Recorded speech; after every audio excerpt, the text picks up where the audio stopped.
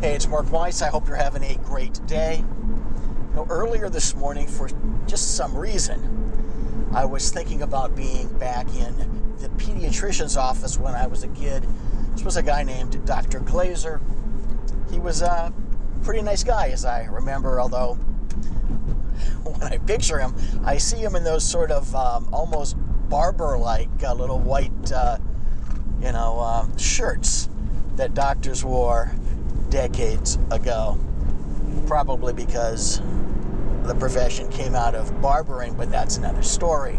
Anyway, in his lobby, they always had issues of Highlights magazine. Now, I have no idea whether they still publish Highlights magazine, but it was a magazine for kids. There were puzzles inside, there were cute little stories, but there was an ongoing,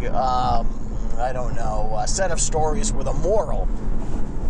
And I can't remember what they were called, but the two characters were Goofus and Gallant. Maybe that was the name of the column.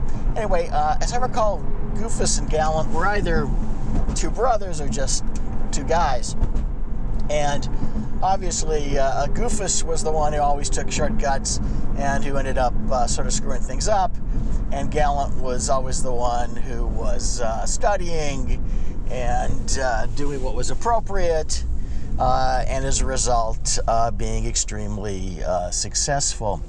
Now, Goofus and Gallant were supposed to be the models, one the negative model, one the positive model, for how we, young kids reading this magazine, were supposed to behave to help us grow up to become successful, et cetera, et cetera, et cetera.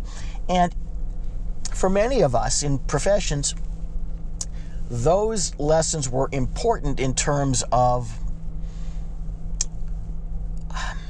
being someone who is diligent and someone who studies and is someone who's always trying to figure out things, to do things the right way.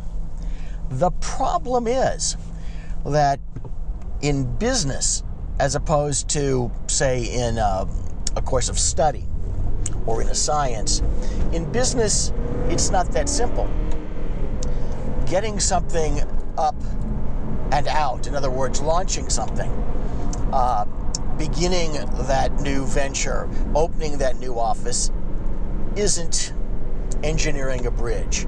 Yet we tend to approach it Gallant style as opposed to Goofus style, and we wait and we never pull the trigger until it is perfect.